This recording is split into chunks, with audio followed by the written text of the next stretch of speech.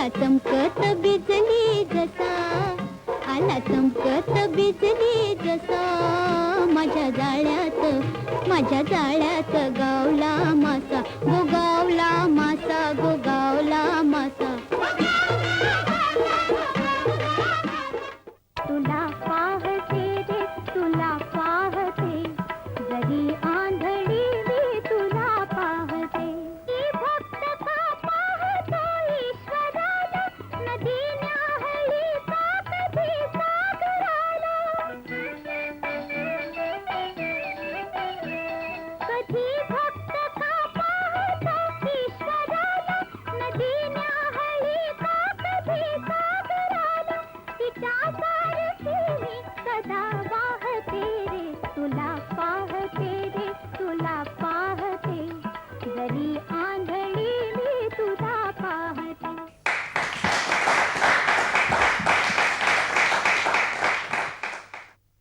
महाराष्ट्रातील सुप्रसिद्ध गायक, संगीत दिग्दर्शक, चित्रपट निर्माते आणि स्वातंत्र्य सैनिक श्री सुधीर फडके यांच्या भेटीचा योग आज आलेला आहे. सुधीर फडके यांच्या नावाचा नुसता उच्चार केला तरी त्याबरोबरच गीतरामायणाची आठवण आपल्या मनात येते आणि गीतरामायणानंतर त्यांची अनेक गाणी आपल्याला आठवू लागतात.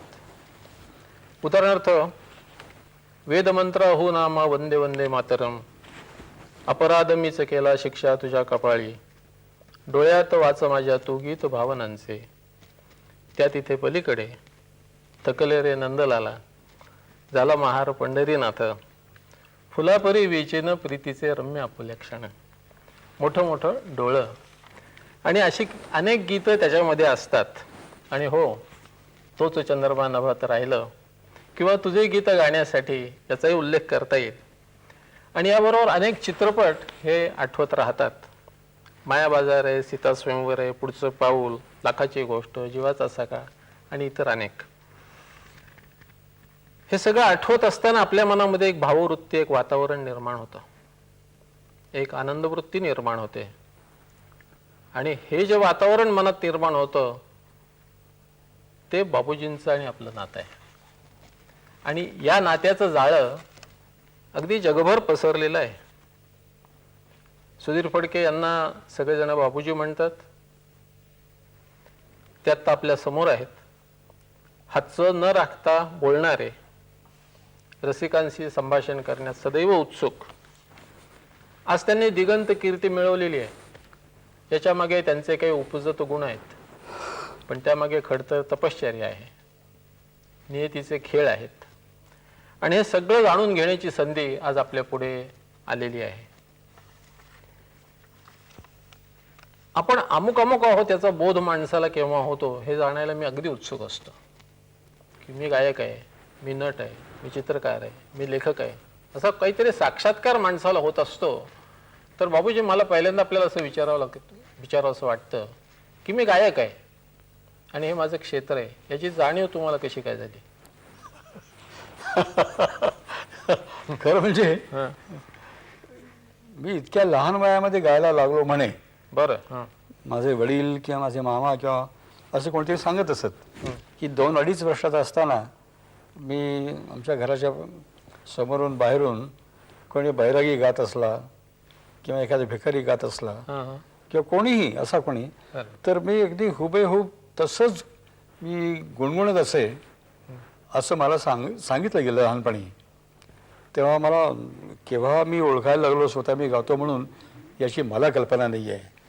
परंतु माझ्या घरच्या वडील मंडळींना ती कल्पना आली असावी आणि म्हणून वयाच्या 6व्या-7व्या वर्षी माझे वडील मला गायन शाळेमध्ये, म्हणजे कोल्हापूरला गांधर्व महाविद्यालयाची एक शाखा होती, तसं गांधर्व महाविद्यालय होतं, वर्ग होता, आणि त्याचे चालक हे त्या पिढीतले अतिशय प्रख्यात गायक पंडित वामनराव पाध्ये होते. त्यांच्याकडे माझे वडील मला घेऊन गेले गाणं शिकवण्याकरता म्हणून. तेव्हा वडिलांना किंवा माझे मामाही होते, अतिशय रसिक होते, गाण्याचे अत्यंत अभिमानी होते, दर्दी होते, जाणकार होते.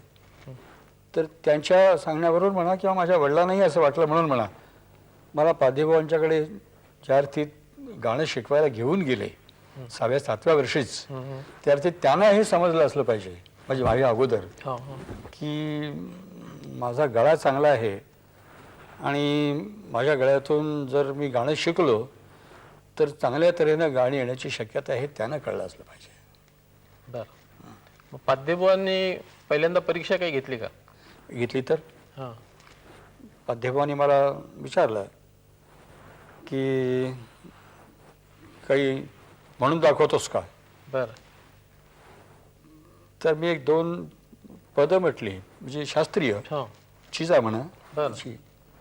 तर काय होतं की माझ्या मोठ्या भावाच्या वर्गामध्ये एक पंडितराव दांडेकर नावाचे एक विद्यार्थी होते. आता माझा मोठा भाऊ आणि त्याच्या वयाचे त्यांचे स्नेही. त्यांचे स्नेही म्हणजे एका वर्गामधले वर्गबंधू.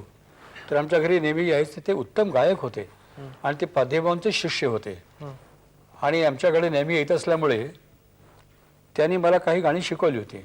शास्त्रीय गाणी म्हणजे याचा अर्थ आता त्या वयामध्ये शास्त्रीय संगीतातली गाणी. अच्छा. हां म्हणजे पद चिजा. तर त्यातला 1-2 चिजा मी पाध्यभावांना म्हणून दाखवल्या आणि त्यांना त्या खूप आवडल्या. मला अजूनही स्मरत आहे. त्यांना आवडल्या आणि माझ्या वडिलांना म्हणाले की उद्यापासून त्याला पाठवा. बरं. मी अगदी आनंदाने त्याला शिकवीन. पहिल्या इयत्तेपासून सुरू.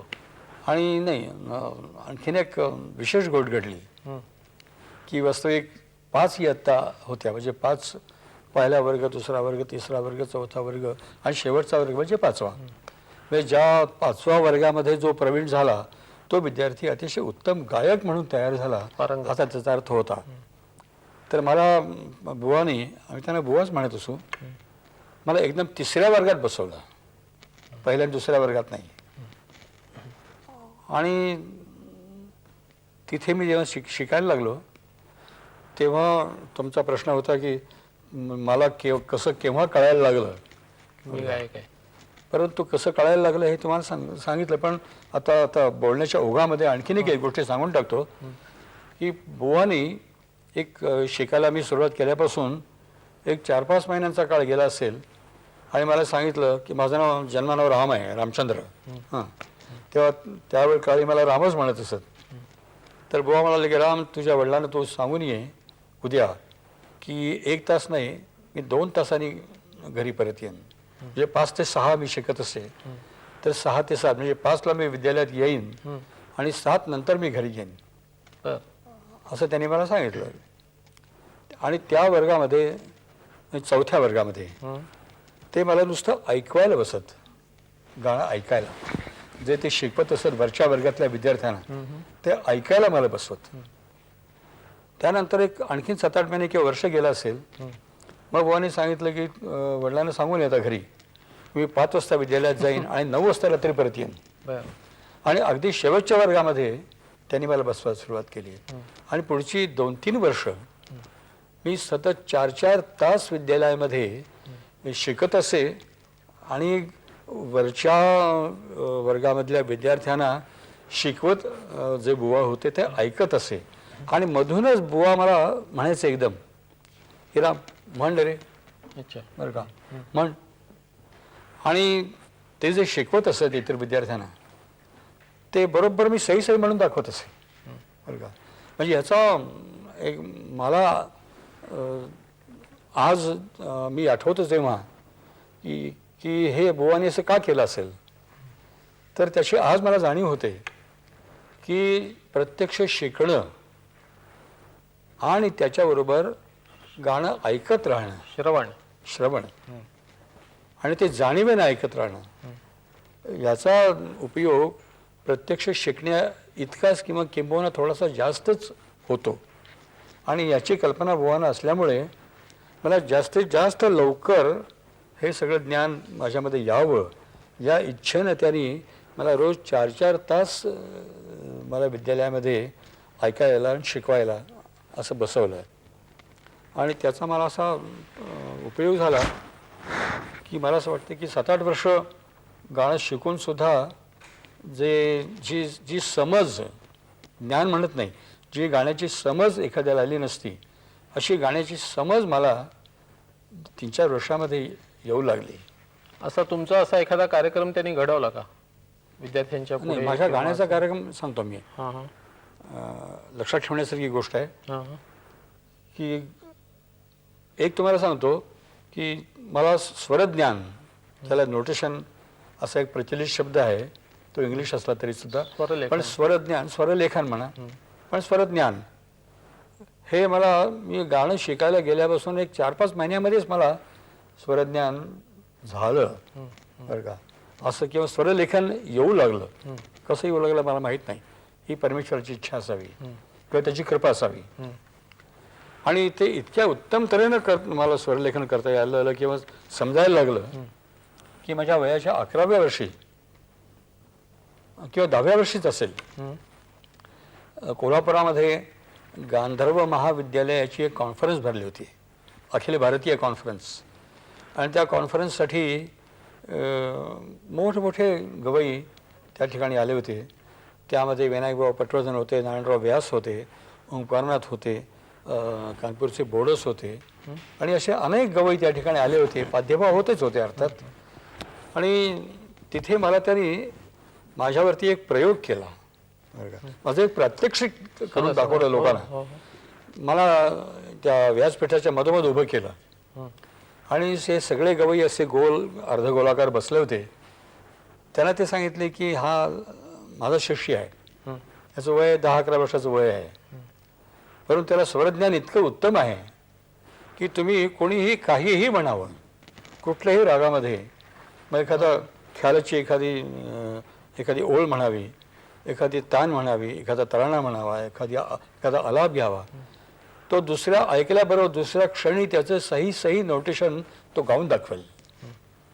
आणि खरोखर मलाही आश्चर्य वाटतं आत्ता की मला कसं येऊ लागलं कोणास ठाऊक. आणि अनेक गवयांनी असं एक ओळ किंवा असं काहीतरी गाऊन दाखवलं आणि त्याचं दुसऱ्या क्षणी मी नोटेशन करून दाखवत असे. जसं थिएटरमध्ये प्रोजेक्टर सुरू झाला किंवा जो पडद्यावरती लाईट पडतो सुरू झाल्याबरोबर, तसं कोणीही गायलं की तसा लाईट पडल्यासारखं माझ्या बुद्धीमध्ये, डोक्यामध्ये बरोबर तेच नोटेशन उभं राहायचं. गुरुजींनी ओळखलं तुम्हाला? एका बाजूने मला नाही ओळखलं याच्या म्हणण्यापेक्षा सुद्धा मी अतिशय जन्मभर उपकार स्मरतो त्यांचे. कारण गुरुला आपल्या शिष्याबद्दल इतका आत्मविश्वास असावा की इतक्या संगीतज्ञांच्या समोर ह्या मुलाला मी माझ्या अगदी लहान शिष्याला एखादं प्रात्यक्षिक करायला सांगितलं तर तो यशस्वीपणे करेल आणि मला कधीही कमीपणा येऊ देणार नाही बरं का. हा आत्मविश्वास त्यांना असला पाहिजे. एका बाजूने परीक्षा आहे, एका बाजूने मोठा गौरव येतो आणि आत्मविश्वास तर आहे, खरं आहे. आणि दुसरं मला असं वाटतं की त्यांच्या संबंधित शिक्षणाचाच हा परिणाम आहे. कोल्हापूर नंतर मग तुम्ही मुंबईला आलात असं मला वाटतं. मुंबईला आलो, शिकायला आलो, काही म्हणजे शाळेमध्ये शिकायला आलो. इथे बाबूराव गोखले म्हणून गायक होते. ते गायक नव्हते पण तो संगीतज्ञ होते. त्यांचं महाराष्ट्र संगीत विद्यालय म्हणून एक विद्यालय होतं आणि तिथे मी शिकत असे. आपल्याला आश्चर्य वाटेल की देशभक्ती प्रारंभ जीवनाचा आत्मयज्ञाने अंत व्हावयाचा हे तुमचं गाणं मी कधीतरी 1946-45 साली ऐकलेलं आहे. किंवा बलसागर भारत हो हे गाणे आपल्याकडून ऐकले. तर त्या काळापासून मी सगळं पाहत आलेलो आहे. म्हणजे पण तुमच्या लक्षात आहे विशेष? नाही, लक्षात आहे. म्हणजे याच्यातल्या माझ्या गतीने मला चालीही माहिती आहेत काहीतरी, तर मी पाहत आलेलो आहे. त्याला मी साक्षी आहे याला. तर ते मला एक ती स्पर्धा तुमच्याकडून ऐकायची आहे. त्यावेळेला मुंबईमध्ये सरस्वती संगीत विद्यालय म्हणून एक फार मोठं चांगलं विद्यालय होतं. कपिलेश्वरी बुवा या कपिलेश्वरी बंधू दोघंही विद्वान गायक हे त्याचे चालक होते. तर त्यांच्या विद्यालयाच्या वतीनं दरवर्षी संगीताची स्पर्धा होत असे, शास्त्रीय संगीताची. आणि त्या वर्षी 31 साल बहुता असावं, मी महाराष्ट्र संगीत विद्यालयाच्या वतीनं मला आणि बाबूराव गोखलेंची आणखीन एक शिष्य होती पारशी होती ती 25 ते 30 या वयाच्या दरम्यानची असावी. बर. अशा दोघांना त्यांनी महाराष्ट्र संगीत विद्यालयाच्या वतीनं स्पर्धक म्हणून त्या स्पर्धेसाठी पाठवला. एक विशेष गोष्ट अशी होती की स्पर्धा कुठे झाली? स्पर्धा झाली ही फ्रेंच ब्रिज आहे गिरगावमध्ये. हां. तिथे ब्लॅव्हॅटस्की लॉज म्हणून आहे, थिओसॉफिकल हॉल, आहे ना ते. त्या हॉलमध्ये झाली. आणि कपिलेश्वरी बुवा हे देशबंधू दोघंही हे खासाहेब अब्दुल करीम खासाहेबांचे शिष्य. आणि त्या स्पर्धेमध्ये त्यावर्षी अब्दुल करीम खासाहेबच परीक्षक होते. अरे वा. हां. हे माझं सुदैव, माझं भाग्य प्रारंभीच्या म्हणा. काळातच फार मोठमोठ्या लोकांच्या पुढे तुम्हाला जायला मिळालं. खरं मिळालं अगदी. हो. हां. आणि तिथे अट अशी होती, स्पर्धक पुष्कळ होते, हे 25-30 तरी कमीत कमी असतील. तर त्यामुळे थोडक्या वेळेमध्ये ही स्पर्धा अडपावी म्हणून अट अशी होती की प्रत्येक गायकाने किंवा स्पर्धकाने एकच चीज म्हणायची. बर. आणि जेव्हा किती मिनिटात 10 मिनिटाचा अवधी होता. एक चीज म्हणायची. आणि जेव्हा माझी पाळी आली तेव्हा मी बसलो, गायला सुरुवात केली. मी ती स्पर्धा संध्याकाळी 5ला सुरू होणार होती आणि म्हणून संध्याकाळचा राग म्हणून मुलतानी रागामधली एक चीज मी तयार करून गेलो होतो. आणि मी चीज म्हटली, टाळ्यांचा खूप कडकडाट झाला. परंतु विशेष गोष्ट अशी घडली की अब्दुल करीम खान साहेब इतके खुश झाले की म्हणाले की बेटे तुम बहुत ही अच्छा गाते हो, हाँ और एक चीज सुनाना. अरे वा. म्हणजे जो नियम होता की प्रत्येकाने एकच चीज म्हणायची, त्याला अपवाद करून फक्त मला म्हणजे केवळ मलाच 2 चीजा म्हणायला सांगितल्या. आणि त्या स्पर्धेमध्ये माझा पहिला क्रमांक आला आणि माझ्या विद्यालयाला त्याचं सुवर्ण पदक मिळालं. सुगम संगीताकडे कसे वळलात? म्हणजे मला असं वाटतं याची सुद्धा काही बीज तुमच्या बालपणच्या कोल्हापूरच्या वास्तव्यात असली पाहिजेत असं मला वाटतं. नाही, तुमच्या प्रश्नानंतर मी आता हसतो आहे. बरं. हां. आता हसतोय, ठीक आहे. पण त्या काळामध्ये मात्र हसण्यासारखी परिस्थिती नव्हती. ही परिस्थितीमुळे या क्षेत्रामध्ये आलो, सुगम संगीताच्या क्षेत्रामध्ये. काय झालं? नाहीतर माझी आकांक्षा होती, माझ्या गुरुजींची आकांक्षा माझ्यापेक्षाही जास्त होती की मी उत्तम गवई व्हावं. आणि माझी सुद्धा आकांक्षा तीच होती, मला उत्तम गवई व्हायचं होतं. पण परिस्थितीमुळे, घरच्या परिस्थितीमुळे, गरिबीमुळे, दारिद्र्यामुळे, घरी माझी आई लहानपणी वारली. आम्ही 5 भाऊ, वडील, आणि एवढ्या मोठ्या कुटुंबाला पोसणं हे वडिलांना फार कठीण जायचं. माझे वडील नामांकित वकील कोल्हापुरामधले, सांपत्तिक स्थिती उत्तम होती. परंतु आई वारल्यानंतर तो जो धक्का बसला, त्या धक्क्यामुळे कसं झालं कोणास ठाऊक, परंतु त्यांनी प्रॅक्टिसच सोडलं, विस्कटलं सगळं, जवळ सोडल्यासारखंच केलं. आणि मग जे असतील ते विकून, असेल ते विकून संसार चालवायचा. आणि शेवटी मला आठवत आहे की दुपारी मुलांना जेवण आपण घातलं, संध्याकाळचं जेवण त्यांना काय द्यायचं, कसं द्यायचं, अशी विवंचना वडिलांना पडे. अशा परिस्थितीमुळे मध्ये मी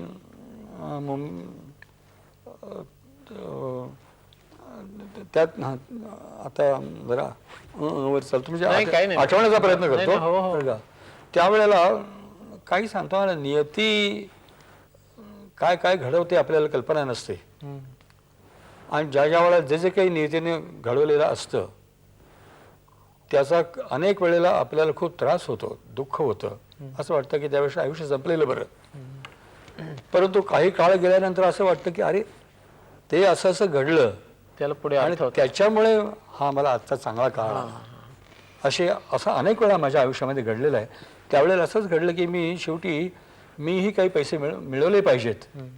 माझा मोठा भाऊ होता, त्याला नोकरी लागली, त्याला 20 रुपये पगार, घराचं भाडं 5 रुपये, आम्ही खाणारी तोंड. त्याचं लग्न झालं होतं त्यावेळेला, वडिलांनी करून दिलं होतं. आणि 1936 साली माझे वडील वारले. त्याच्या अगोदर 2 वर्ष मी मुंबईहून कोल्हापूरला परत आलो होतो. आणि तिथे कोल्हापुरात मेळे पुष्कळ व्हायचे. आणि एक श्रीकृष्ण संगीत मेळा नावाचं माझे एक परिचित होते, ठाणेकर मास्तर म्हणून. मुलांना मेळा म्हणजे काय कळणार आहे? नाही कळणार. मेळा हा शब्द त्याने, मेला हा हिंदी शब्द ऐकला असेल, पण मराठीमध्ये मेळा याचा अर्थ काहीतरी वेगळा आहे हे कोणाला माहीत नसेल तर मेळे होते.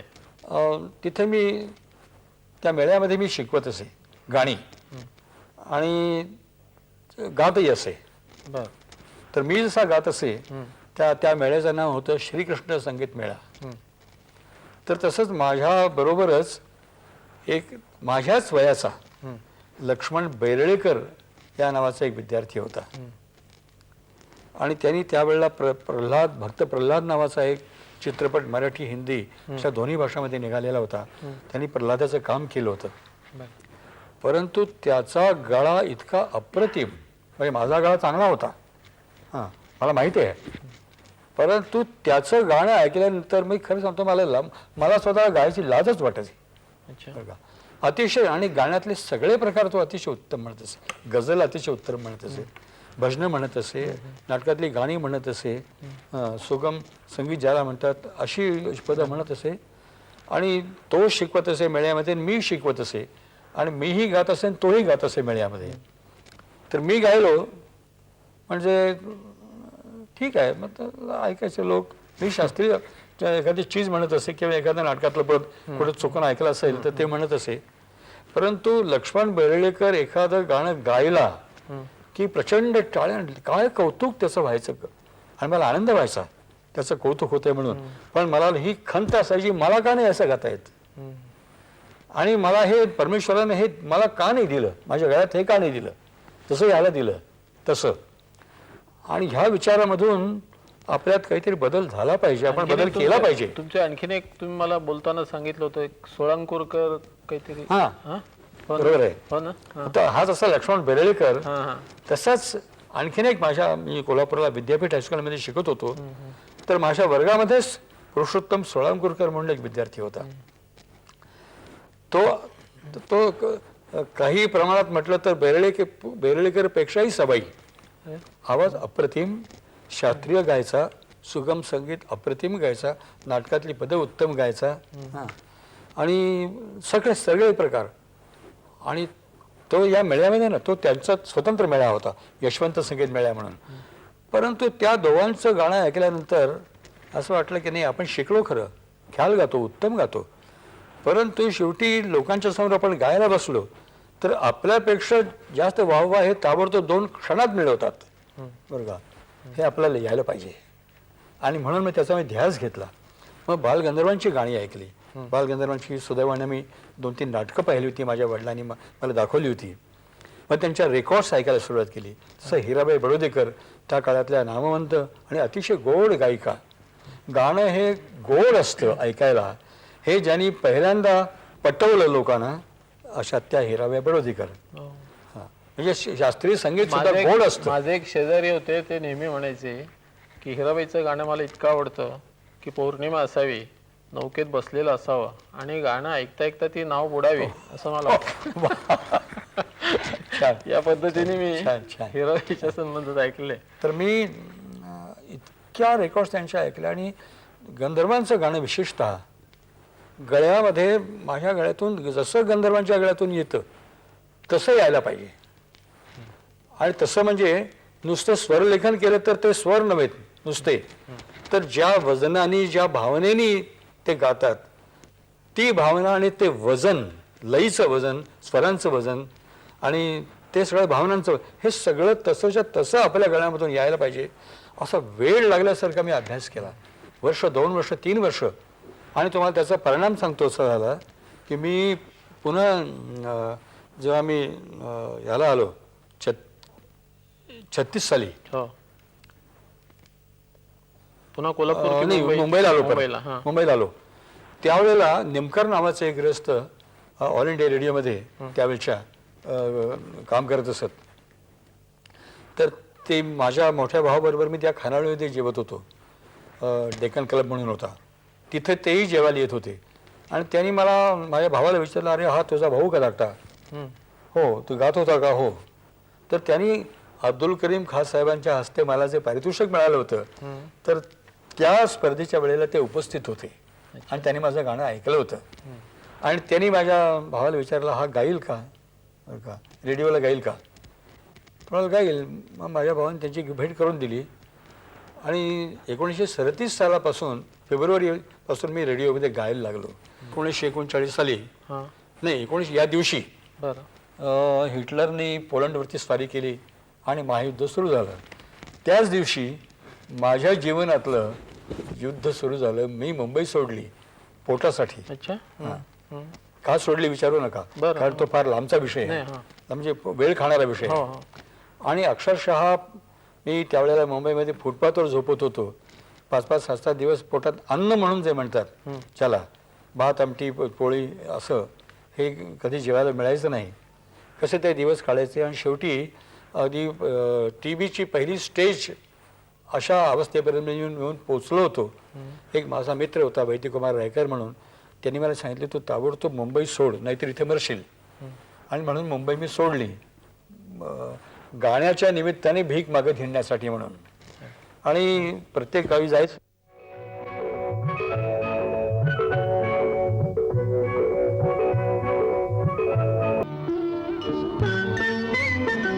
ज्योति कलश छलके, ज्योति कलश छलके, ज्योति कलश छलके. पाहते रे तुला पाहते, जरी आंधळी मी तुला पाहते. ही भक्त का पाहतो ईश्वराला, नदी न्याहळी का कधी सागराला. कधी भक्त का पाहतो ईश्वराला, नदी न्याहळी का कधी सागराला. तिच्या सारखी मी सदा वाहते रे तुला पाहते रे तुला पाहते, जरी आंधळी मी तुला पाहते.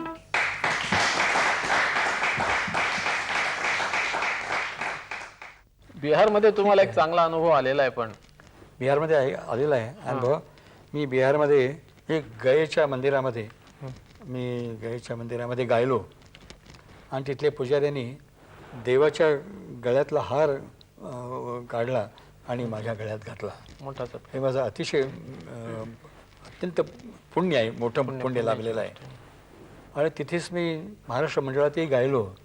आणि तुम्हाला नंतरचा एक प्रसंग सांगतो. नियती हा प्रकार माझ्या आयुष्यामध्ये फार वेळा त्यांनी चमत्कार घडवलेले आहेत की तिथून मी पुढे जाणार होतो, पण महाराष्ट्र मंडळाचा कार्यक्रम संपला आणि दुसऱ्या दिवशी ज्यांच्याकडे मी उतरलो होतो महाराष्ट्र मंडळाचे अध्यक्ष, त्यांच्याकडे मला ताप यायला लागला. म्हणून 2-3 दिवस ते म्हणाले तुम्ही थांबा, थोडा ताप उतरला म्हणजे मग जा. तिथे ज्यांचं मुख्य ठाणं हे मोगलसराई हे मोठं जंक्शन आहे रेल्वेचं उत्तर प्रदेशामधलं. तिथे राहणारे भागवत नावाचे त्या रेल्वेचे गार्ड एक होते. ते मोगलसराई गया या सेक्शनवरती गार्ड म्हणून काम करायचे, गाडी न्यायचे आणायचे. तर ते या माझ्या दोन्ही गाण्यामध्ये उपस्थित होते, त्यांनी ऐकलं होतं. आणि मी ज्या दिवशी मला ताप आला त्याच्या दुसऱ्या दिवशी ते गाडी घेऊन गयेला आले होते. आणि ते आले की त्या महाराष्ट्र मंडळाच्या अध्यक्षांच्याकडे येत असत.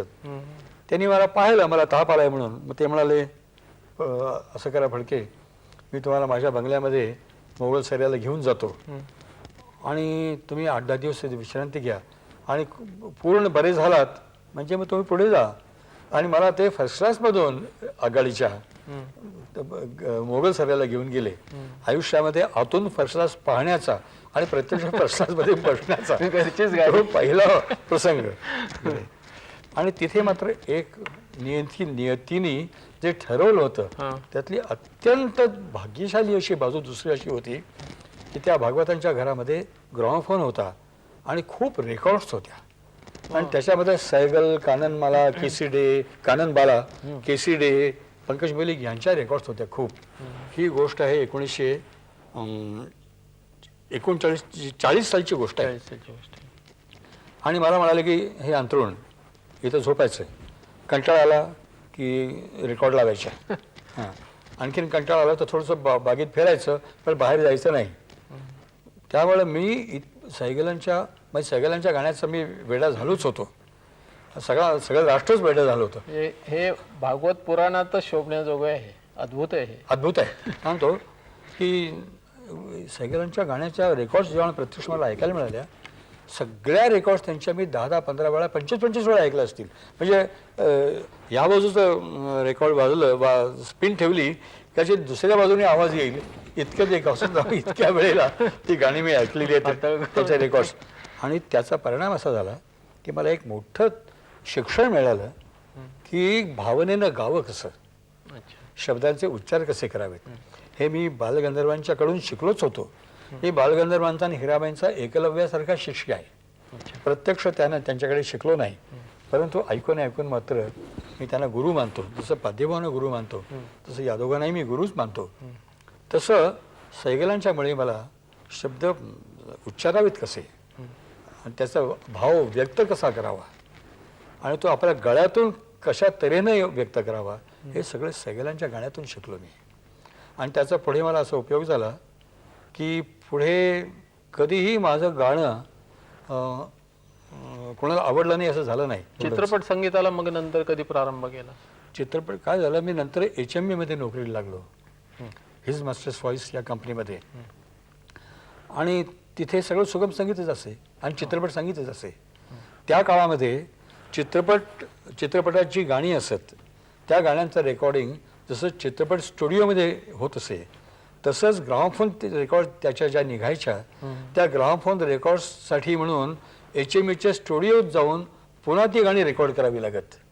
सगळ्या वाद्यांच्या सह त्या गायकांच्या सह रेकॉर्ड करावी लागत असे. कष्टाचं काम होतं. कष्टाचं काम होतं. नाही, कष्टाचं होतं, पण माझ्या दृष्टीने ते फार मोठं विद्यापीठ होतं शिक्षणाचं. की तिथे मी ती संगीत दिग्दर्शक म्हणून मी तिथे काम करत होतो. जसं मी माझी गाणी कंपोज करून रचना करून लोकांना शिकवत असताना त्यांचं रेकॉर्डिंग करून घेत असे, तसं रोज तिथे 2 स्टुडिओज होते. एका स्टुडिओत रोज निरनिराळ्या चित्रपटांची गाणी रेकॉर्ड होत असत. त्यामुळे निरनिराळे संगीत दिग्दर्शक, निरनिराळ्या चित्रपटातली गाणी, त्या प्रत्येकाची पद्धत, रचनांची पद्धत, ते कंट्रोल करण्याची पद्धत, कंडक्ट करण्याची पद्धत, त्यातलं म्युझिक कॉम्पोजिशन्स, मधले इंटरल्यूड जे पीसेस असेल ते, हे सगळं मला 2-2.5 वर्ष सतत ऐकायला मिळत असे. आणि जो मी चित्रपट व्यवसायामध्ये शेवटी आलो तो म्हणजे त्याचं सगळं श्रेय आहे यशवंत पेठकर दिग्दर्शक. आत्ताच त्यांचं देहावसन झालं. तर ते मला प्रभात कंपनीमध्ये घेऊन गेले. प्रभातला त्यावेळेला एक संगीत दिग्दर्शक हवा होता त्यांच्या गोकुल या मराठी या हिंदी चित्रपटासाठी म्हणून गोकुल. ते मला घेऊन गेले. प्रभातच्या मालकाने माझी ट्रायल घेतली आणि त्यामध्ये माझं त्यांना पसंत पडलं आणि मी प्रभातमध्ये म्युझिक डायरेक्टर झालो. माझा पहिला स्वतंत्रपणे मी संगीत दिलेला चित्रपट गोकुल, आगे बढो, अपराधी अशा 3 हिंदी चित्रपटांचं संगीत मी सुरुवातीला केलं. आणि चौथा चित्रपट माझा हा मराठी वंदे मातरम हा. तिथून म्हणजे गोकुलपासून म्हणजे 1946च्या फेब्रुवारीपासून माझे संगीत दिग्दर्शक, चित्रपट संगीत दिग्दर्शक ही हा माझा प्रवास सुरू झाला. माझ्या आयुष्यात आत्तापर्यंत मी 110 चित्रपटांचं मी संगीत केलं. त्यापैकी 20 चित्रपट हिंदीमधले आहेत आणि उरलेले 90 चित्रपट तरी मराठीमध्ये आहेत.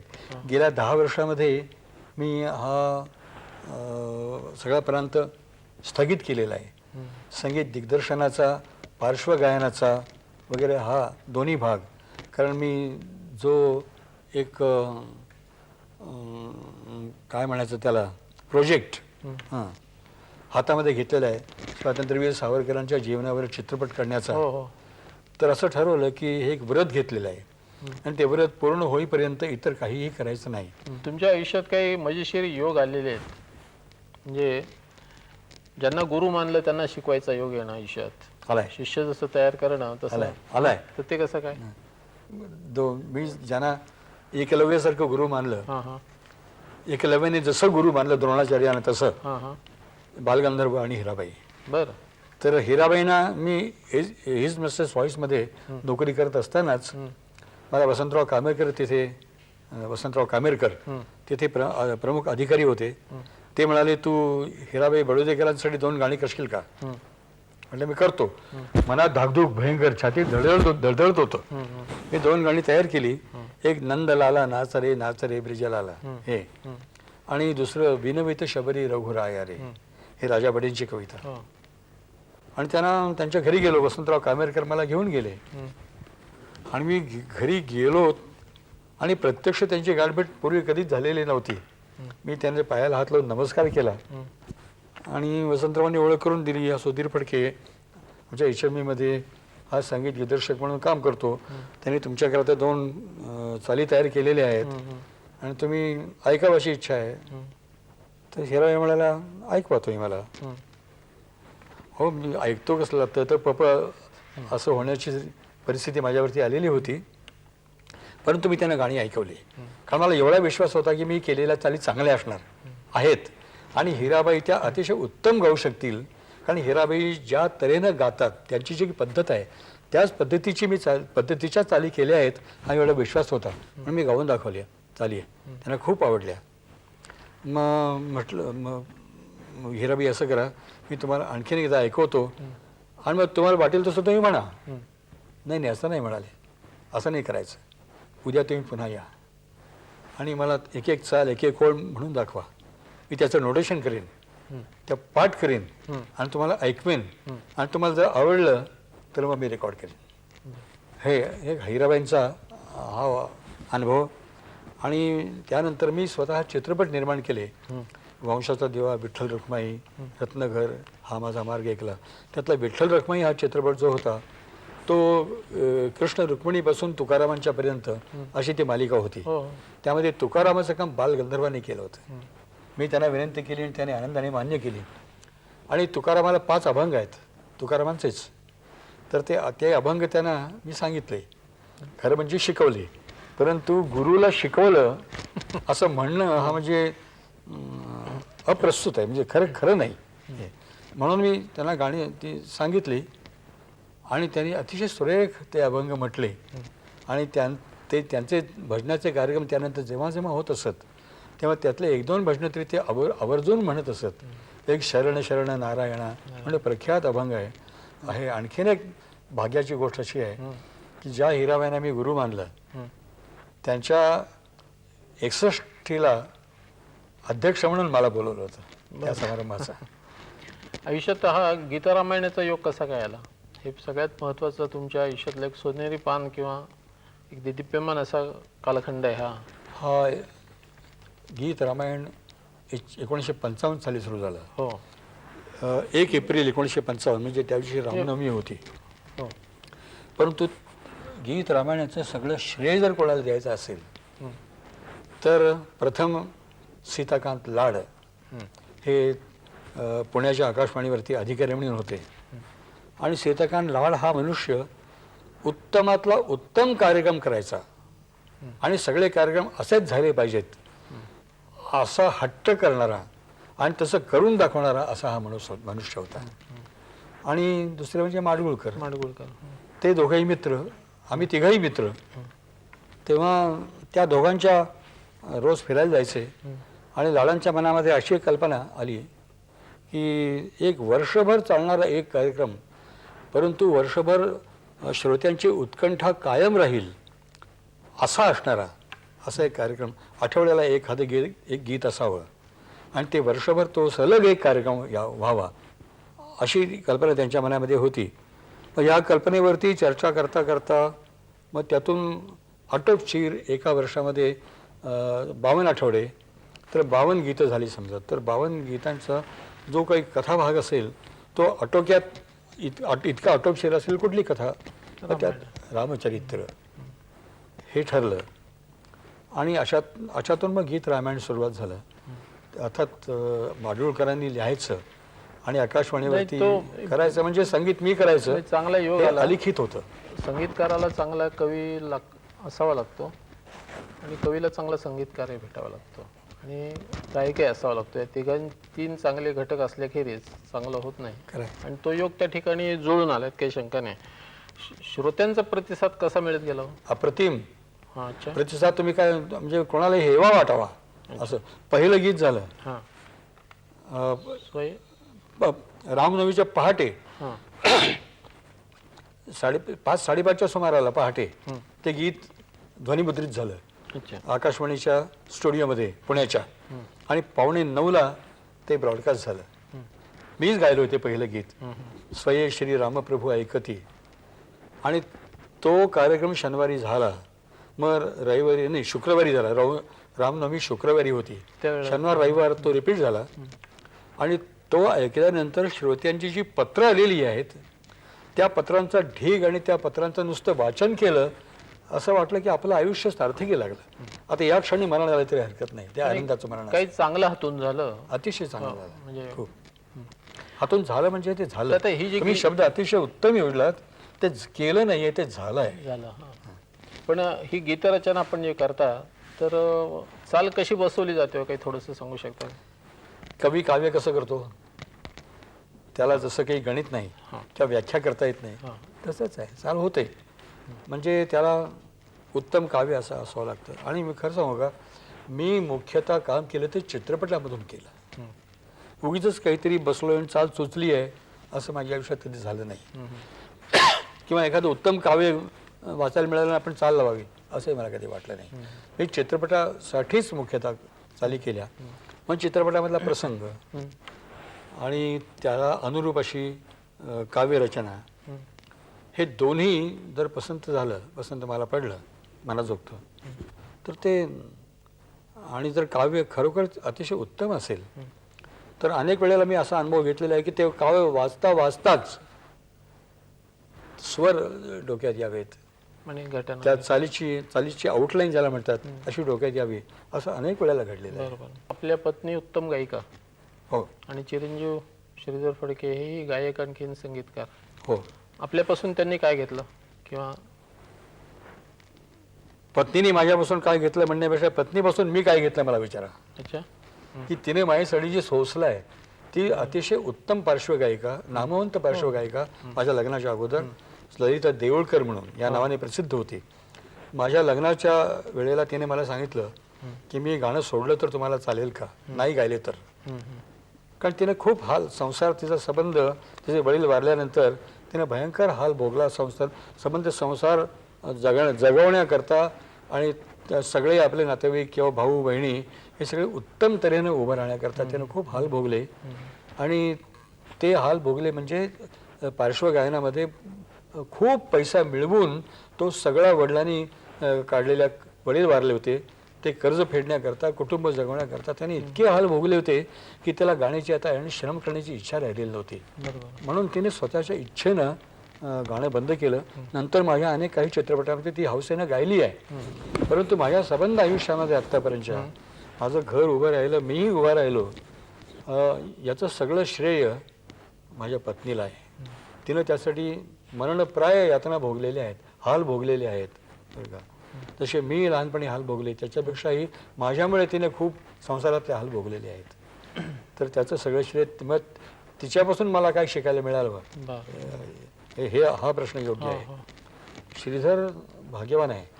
परमेश्वराने त्याला जणू काही त्यांनी दिलं, जन्मताच त्याला गाणं दिलं आहे, म्हणजे त्याला आवाजही दिला आहे आणि संगीत रचनेची बुद्धीही दिलेली आहे.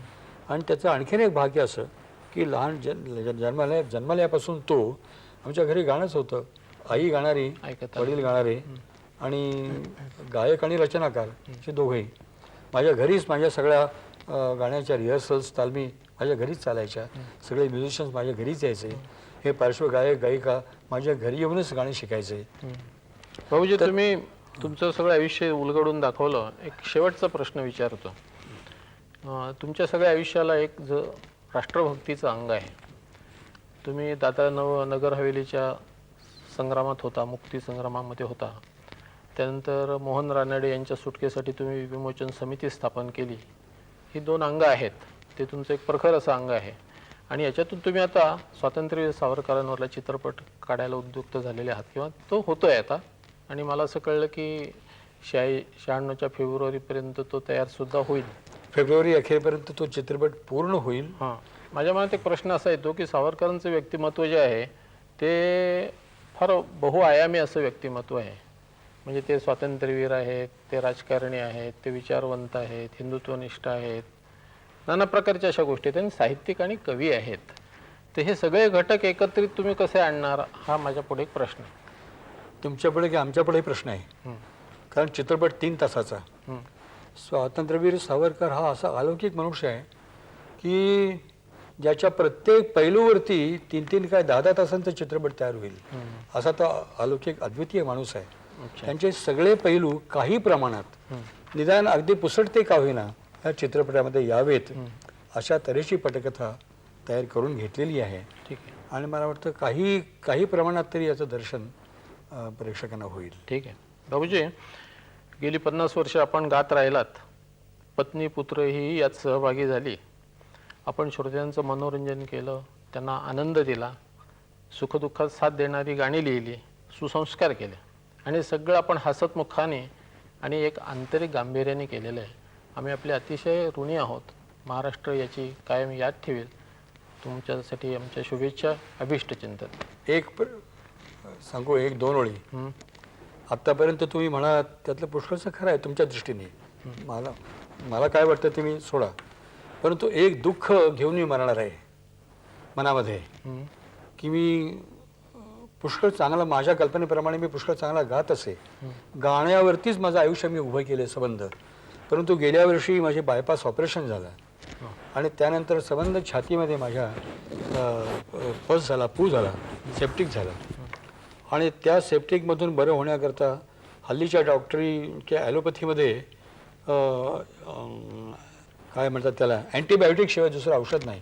आणि ते तीव्र अँटीबायोटिक इतक्या प्रखर तऱ्हेनं मला दिलं गेलं की त्यामुळे माझा कानाची फ्रिक्वेन्सी जाणण्याची शक्तीच कानातली गेली. 7-8 महिने मला त्यातून बरं व्हायला लागले. आणि मी अशा अवस्थेत होतो की मला गाण्याचा स्वर कळायचा नाही, बैसूर हेही कळायचं नाही. पण सुदैवाने त्यातून होमिओपॅथिक औषधामुळे मी थोडा सावरलो आहे. पण एकमेव इच्छा अशी आहे की परमेश्वरांनी मला यातून पूर्णपणे सावरावं आणि मरण्याआधी पुन्हा मी एकदा गात होतो चांगला हे लोकांच्या समोर ऐकवावं आणि मग मरावं अशी एवढी इच्छा.